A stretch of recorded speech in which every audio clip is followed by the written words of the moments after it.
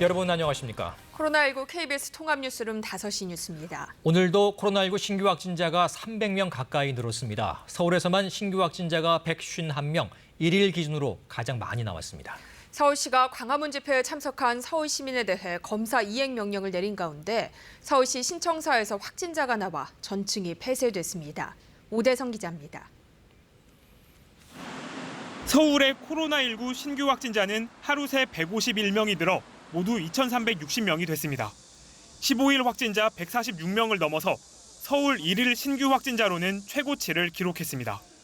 한 명을 제외한 150명이 국내 감염이고 이 중 절반이 넘는 84명이 사랑제일교회 관련 확진자입니다. 노원구 안디옥 장로교회와 용인 우리제일교회에서도 각각 3명이 늘었고 양천구 되새김교회에서도 1명이 증가하는 등 교회발 확산이 계속되고 있습니다. 41명은 아직 감염 경로가 확인되지 않았고 기타 경로는 17명 늘었습니다. 등록 교인이 14만 명으로 알려진 중랑구 금란교회 교인 1명도 확진됐는데 이 확진자와 같은 시간대 예배에 참석한 170여 명 전원을 대상으로 검사가 진행돼 결과를 기다리고 있습니다. 격리 중인 환자는 758명으로 늘었고 병상 가동률도 어제 75%에서 80.8%까지 올라갔습니다. 서울시는 앞으로 일주일이 최대 고비라며 방역에 총력 대응하기로 했습니다. 서울시는 특히 사랑제일교회발 추가 감염 확산을 방지하기 위해 집중 역학조사를 실시하는 한편 구상권 청구도 예고했습니다. 진단 검사 및 역학조사 과정에서 기피, 거짓, 불복 등으로 행정력과 예산 낭비를 초래한 부분에 대해선 교회는 물론 개인에 대해서도 구상권을 청구해 강력히 대응하겠습니다. 8일과 15일 광화문 집회에 참석한 서울시민 전체에 대해선 검사 이행 명령을 내렸습니다. 검사를 받지 않고 집회 참가가 확인되면 감염병 예방법에 따라 300만 원 이하의 벌금에 처해질 수 있고 방역 비용이 청구될 수 있습니다. 경증 환자 치료를 위한 생활치료센터는 기존 118병상의 남산 유스호스텔에 이어 오늘 382병상의 태릉선수촌이 운영을 시작했고 은평소방학교에 192병상도 추가될 예정입니다. 이런 가운데 서울시 신청사 2층에서도 확진자가 나와 같은 층에 있는 기자실을 포함해 전층이 폐쇄된 채 방역에 들어갔습니다. 서울시는 그 어느 때보다 중차대한 위기 국면이라고 강조하면서 사회적 거리두기 2단계에 따른 방역 수칙을 꼭 지켜달라고 협조를 요청했습니다. KBS 뉴스 오대성입니다. 경기와 인천 지역도 코로나19 확진자가 100명 이상 늘어나며 증가 추세를 보이고 있습니다. 어제 경기도 파주의 격리 병동에서 달아났던 사랑제일교회 한 교인은 오늘 새벽 서울 신촌에서 붙잡혔습니다. 이승재 기자입니다. 질병관리본부는 오늘 0시 기준으로 경기도에서 94명의 신규 확진자가 발생했다고 밝혔습니다. 감염 경로별로는 집단 감염이 발생한 서울 성북구에 사랑제일교회 관련 확진자가 34명으로 가장 많았습니다. 또 청평 창대교회 관련 9명, 파주 커피 전문점 2명, 용인 대지고와 죽전고 관련 2명 등입니다. 이에 따라 오늘 0시 기준 경기 지역의 누적 확진자는 모두 2,100명을 넘어섰습니다. 인천시도 오늘 인천 거주자 12명이 추가로 양성 판정을 받았다고 밝혔습니다. 이들 가운데 3명은 사랑제일교회 관련 확진자입니다. 또 광화문 집회 관련 확진자도 3명이 포함됐습니다. 교회 예배나 집회 참석자뿐만 아니라 이들의 접촉자들도 확진 판정을 받은 것으로 파악됐습니다. 격리 병동에서 무단으로 이탈했던 사랑제일교회 교인 A씨는 25시간 만에 붙잡혀 재입원했습니다. 경기 파주시장은 의료진들이 탈출 동기를 물어보니 김칫국에 독약을 탄다는 비상식적인 언급을 했다고 밝혔습니다. A씨는 어제 오전 0시 30분쯤 파주 병원을 무단 이탈한 뒤 오늘 새벽 1시 15분쯤 서울 신촌의 한 커피 전문점에서 붙잡혔습니다. 당시 커피 전문점 안에는 약 40여 명의 손님이 있었습니다. A씨에 대한 관리 책임을 지고 있는 평택시는 A씨를 감염병 예방법 위반 혐의로 고발하기로 했습니다. KBS 뉴스 이승재입니다. 부산에서도 재확산 조짐이 심상치 않습니다. 오늘은 확진자가 두 자릿수인 13명까지 늘었습니다. 사랑제일교회와 광화문 집회 관련자도 4명 포함됐습니다. 취재 기자 연결합니다. 네, 김계혜 기자, 부산 상황 전해주시죠. 네, 부산시는 오늘 13명이 추가 확진 판정을 받았다고 밝혔습니다. 이 가운데 서울 사랑제일교회 관련자가 2명, 광화문 집회 참석자가 2명입니다. 이로써 부산에선 사랑제일교회와 광화문 집회 관련 확진자는 이틀 동안 5명으로 늘었습니다. 사랑제일교회 관련 확진자 중 1명은 사랑제일교회 신도고 다른 1명은 예배에 참석한 서울 확진자의 접촉자입니다. 광화문 집회 참석자가 2명 처음 나왔는데 문제는 집회 참가자가 당초 집계보다 많다는 겁니다. 현재까지 부산시가 파악한 집회 참석자는 1000여 명입니다. 부산시는 사랑제일교회 방문자와 광화문 집회 등 서울 집회 참가자에 대해 자진신고와 진단검사를 의무화하는 행정명령을 발령했습니다. 한진중공업 영도조선소에서도 직원 1명이 확진 판정을 받았습니다. 한진중공업은 해당 직원이 호흡기 증상을 호소해 검사를 받은 결과 확진 판정을 받았고 모든 시설에 대해 방역도 마쳤다고 밝혔습니다. 항만과 선박 수리업체에 이어 조선소까지 확진자가 발생해 부산항에는 다시 긴장감이 커지고 있습니다. 또 나머지 확진자 8명은 부산의 지역 감염 확진자의 접촉자인데 대부분 감염원이나 감염経路가 모호한 N차 감염입니다. 특히 러시아 선원 집단 감염이 발생한 부산 사하구 감천항 일대에서 확진자가 속출하자 그 연관성을 조사하고 있습니다. 부산에서는 광복절 연휴를 전후해 40여 명의 확진자가 잇따라 나온 데다 감염원을 알 수 없는 지역 감염이 확산되면서 2차 유행에 초입에 들어섰다는 우려가 제기되고 있습니다. 지금까지 부산시청에서 KBS 뉴스 김계입니다. 대전에서도 광화문 집회에 참가했던 50대 남녀 2명이 오늘 확진 판정을 받았습니다. 또 휴가 기간에 경기도 용인에 있는 할아버지 댁에 다녀왔던 일가족 4명도 확진됐습니다. 취재기자 연결합니다. 네, 박연성 기자, 대전 일가족에 이어서 서산과 천안에서도 확진자가 나왔다고요? 네, 서산과 천안에서 확진자가 나왔고요. 조금 전에는 광화문 집회에 참여했던 2명이 추가로 확진이 됐습니다. 50대 남성과 여성 1명입니다. 대전 서구 갈마동에 사는 50대 남성은 어제 기침 증상을 보여 검사를 받았고 오늘 확진됐습니다. 지난 8일부터 그제까지 서울에 촬영하면서 집회에 참여했고 가족들과의 접촉은 없었던 것으로 파악되고 있습니다. 대전 중구 목동에 사는 50대 여성은 광복절 집회에 참가한 뒤 무증상 상태로 확진됐습니다. 배우자는 검사를 받고 있고 자녀는 음성 판정을 받았습니다. 방역당국은 현재 이들의 밀접 접촉자를 찾기 위해 역학조사를 하고 있습니다. 앞서 대전에서는 휴가 기간 경기도 용인의 할아버지 댁에 다녀온 일가족 4명이 확진됐습니다. 감염 경로가 확인되지 않은 70대 할아버지가 확진 판정을 받자 가족들이 접촉자로 분류돼 검사를 받았는데 모두 무증상 상태에서 확진됐습니다.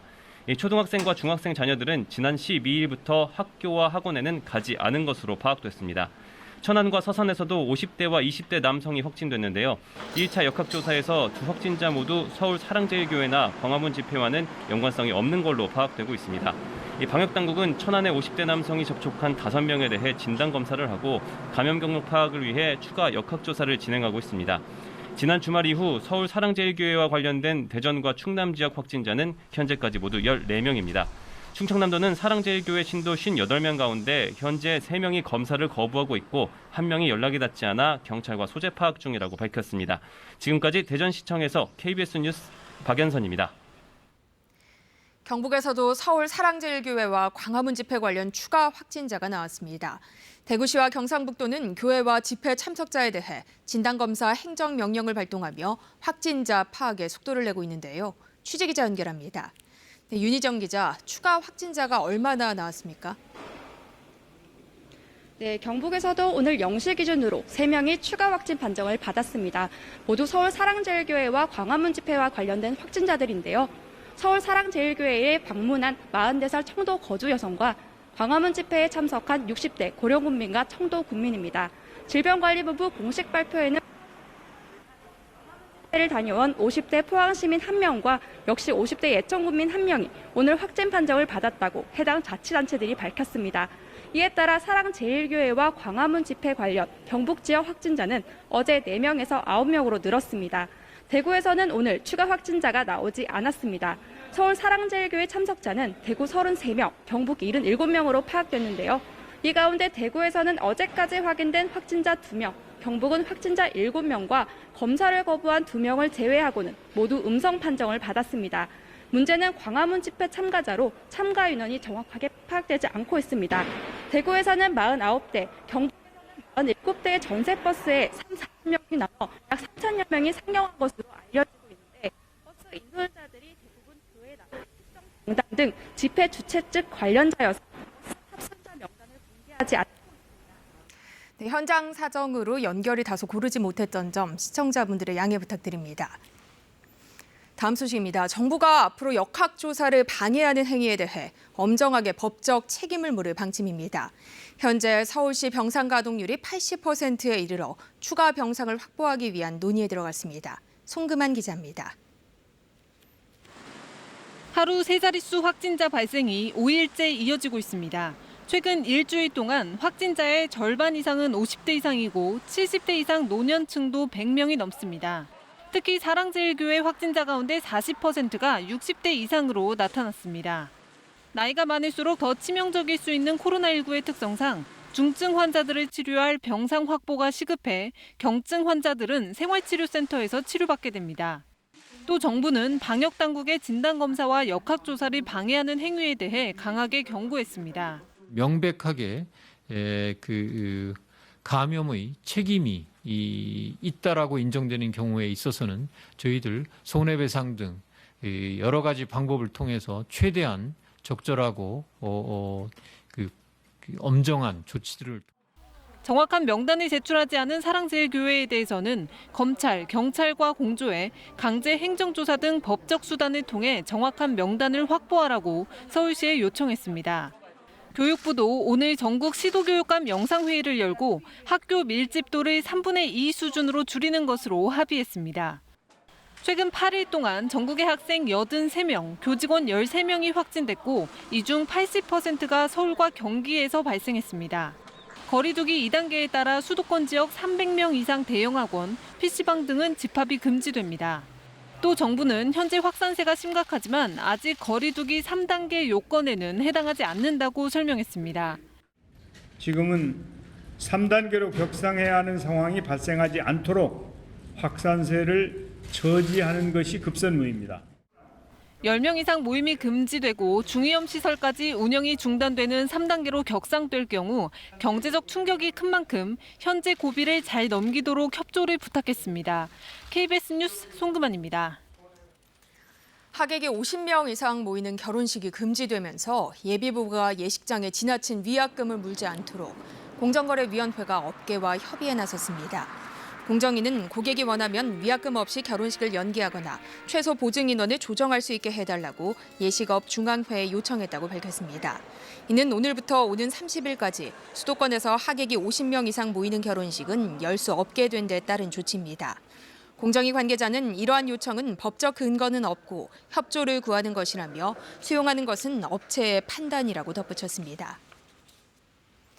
중국 국유 제약회사 시노팜이 올해 연말 코로나19 백신을 출시할 계획이며 가격은 2차례 접종에 1,000위안, 하나로 17만 원 이내가 될 것이라고 밝혔습니다. 시노팜 산하연구소가 개발한 두 종의 코로나19 백신은 아랍에미리트에서 3상 임상 시험을 진행 중입니다. 중국 광명일보에 따르면 류징전 시노팜 회장은 인터뷰에서 해외 3상 임상 시험이 끝나면 출시를 위한 심사와 허가 단계에 들어갈 것이라고 말했습니다. 호주 정부가 전 국민에게 코로나19 백신을 무료로 접종하겠다고 밝혔습니다.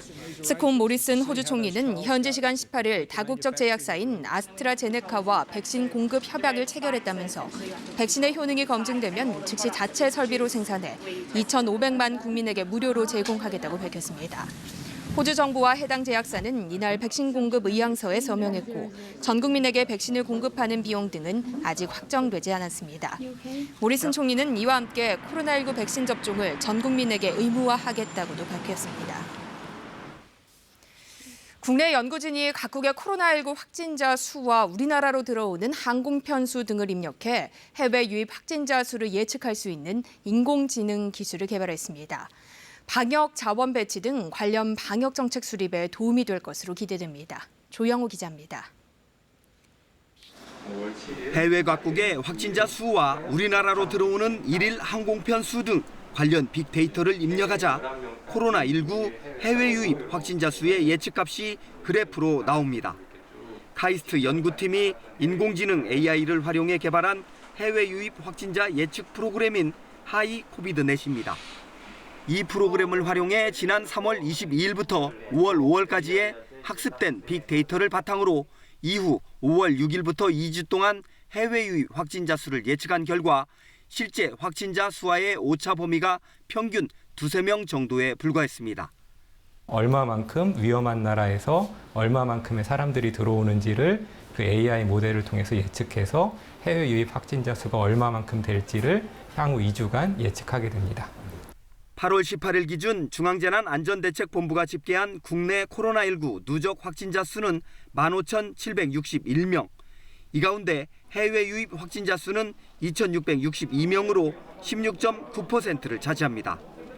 최근 전국적인 재확산이 우려되는 가운데 해외 유입 확진자도 여전히 계속 발생하고 있어 간과할 수 없는 상태입니다. 추후 다른 전염병들이 들어올 때도 이제 미리 예측을 해서 방역 당국에서 적절하게 방역 차원을 할당하는 데 도움이 될 것으로 예상이 됩니다. 이번 연구 성과는 오는 24일 열리는 데이터 분석 분야 최고권위 국제학술대회인 지식 발견과 데이터 마이닝 학회에서 발표될 예정입니다. KBS 뉴스 조용입니다. 다음 소식입니다. 중국의 외교 정책을 총괄하는 양제츠 공산당 정치국 위원이 모레 1박 2일 일정으로 부산을 방문합니다. 서훈 국가안보실장을 만나 시진핑 중국 국가주석의 방안과 코로나 대응 협력 문제 등에 대해 논의할 예정입니다. 최영윤 기자의 보도입니다.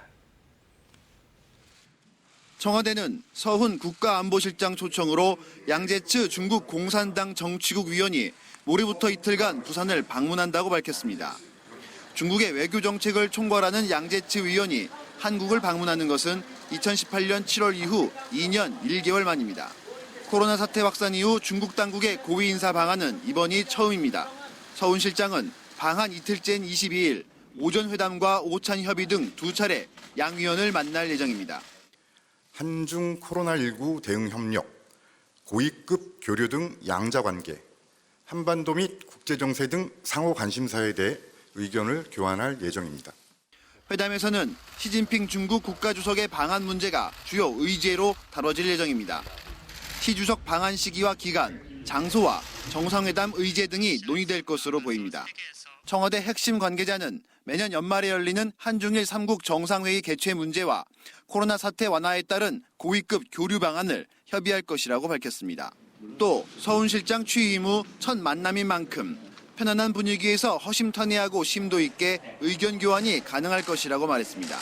방한 일정과 장소 등은 중국 측의 희망사항 등을 고려해 결정했으며 최근 코로나 확산과는 관련이 없다고 설명했습니다. 한중 양국은 이달 초 중국 칭다오에서 두 나라 차관복급 인사가 참여하는 한중 경제 공동회의를 개최하는 등 코로나 확산 이후에도 소통을 지속해왔다고 청와대는 강조했습니다. KBS 뉴스 최영윤입니다. 미래통합당 김종인 비상대책위원장이 국립 5.18 민주묘지에서 무릎을 꿇고 자신의 전두환 국보위 참여 전력과 과거 통합당의 막말에 대해 사과했습니다. 김종인 비대위원장은 오늘 오전 광주 국립 5.18 민주묘지를 찾아 방명록을 쓴 뒤 민주의 문 앞에서 미리 준비한 사과문을 낭독했고 도중에 잠시 울먹이기도 했습니다. 진실한 사과의 말씀을 드린다고 밝힌 김 위원장은 민중항쟁 추모탑에 헌화한 뒤 무릎을 꿇고 묵념했습니다. 이 정부가 전세를 월세로 전환할 때 임대료 인상 제한 기준인 전월세 전환율을 현행 4%에서 2.5%로 낮추기로 했습니다. 또 임차인이 집을 옮긴 뒤에도 살던 집의 정보를 확인할 수 있도록 정보 열람권을 확대합니다. 박예원 기자입니다. 홍남기 경제부총리는 오늘 오전 정부 서울청사에서 부동산 시장 점검 관계장관 회의를 주재하고 현행 4%인 월차임 전환율, 즉 전월세 전환율을 2.5%로 낮춘다고 발표했습니다. 이에 따라 집주인이 전세를 월세로 전환할 때 월 임대료를 올려받을 수 있는 범위가 지금보다 줄어들게 됩니다. 홍 부총리는 현행 4%인 전월세 전환율이 월세 전환 추세를 부추기고 임차인의 부담을 늘릴 수 있다는 지적을 감안해 이 같은 조치를 추진한다고 설명했습니다. 또 새로운 상한선인 2.5%는 임대인과 임차인 양쪽의 기회비용을 고려해 결정했다고 밝혔습니다. 이와 함께 정부는 집주인이 허위로 계약갱신을 거절하는 행위로부터 임차인을 보호하기 위해 정보 열람권을 확대하기로 했습니다. 임차인은 집을 뺀 이후에도 일정 기간 주택의 전입신고와 확정일자 현황 등을 열람할 수 있게 됩니다. 또 현재 6개인 임대인, 임차인 간 분쟁조정위원회를 올해 안에 6개 더 늘리기로 했습니다. 부총리는 현재 전세 시장에 대해 상승 국면에 있으며 불안 요인이 있는 것으로 판단한다고 말했습니다.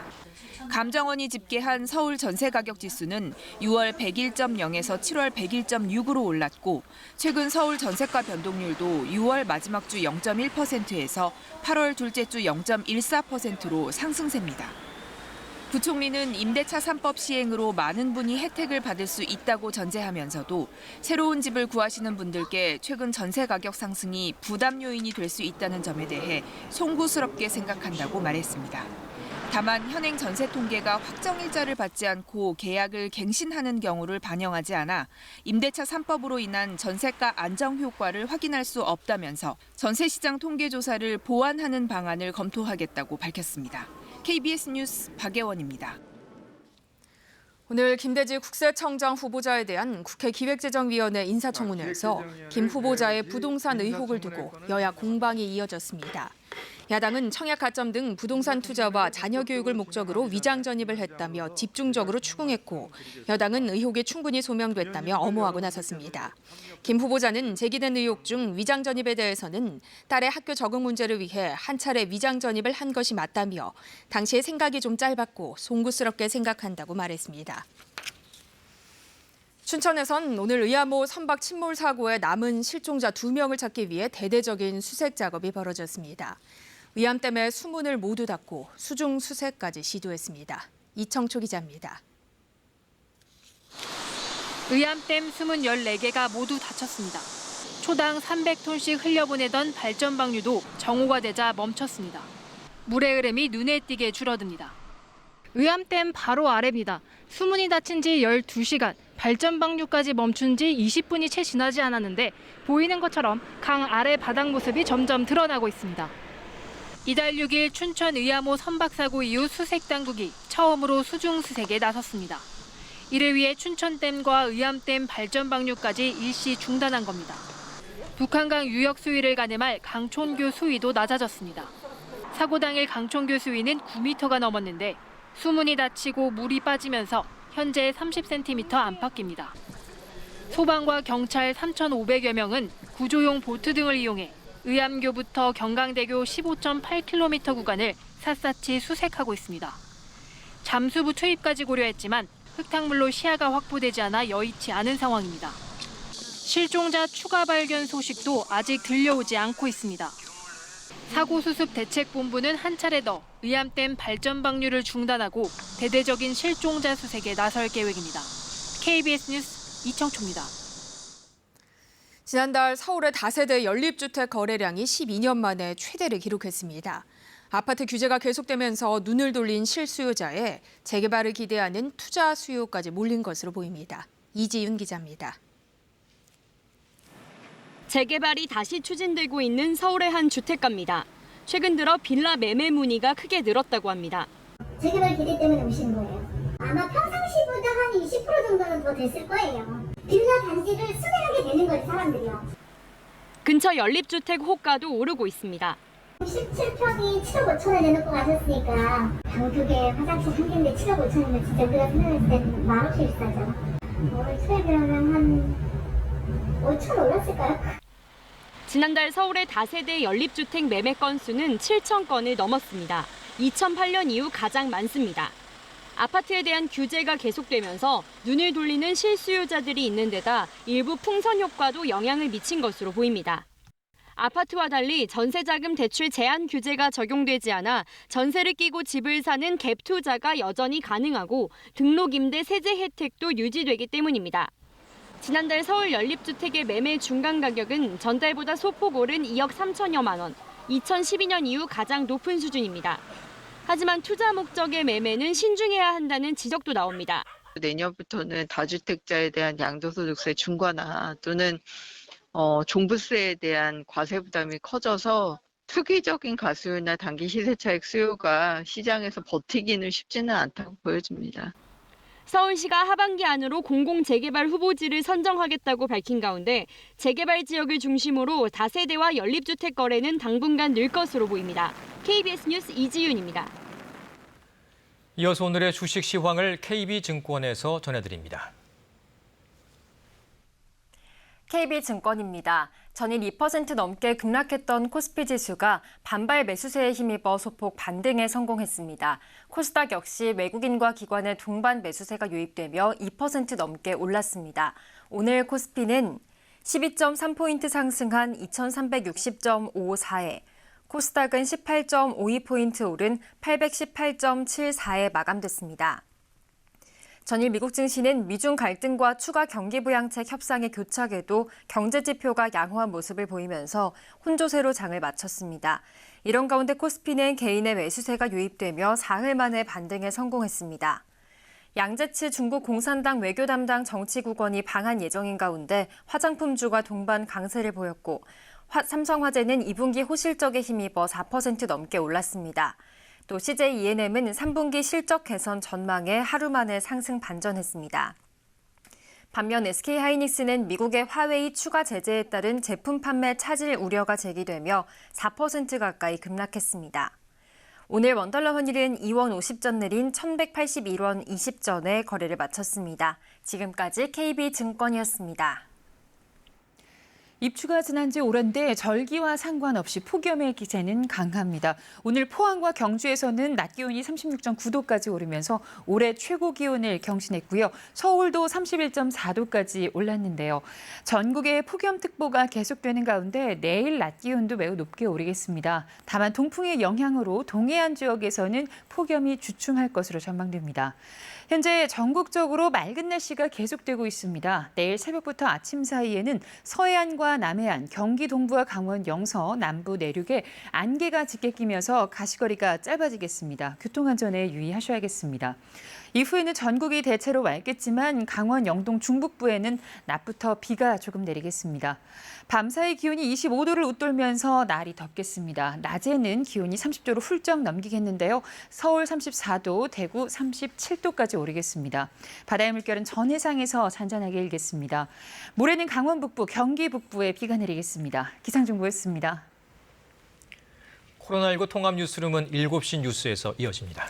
시청해주신 여러분 고맙습니다.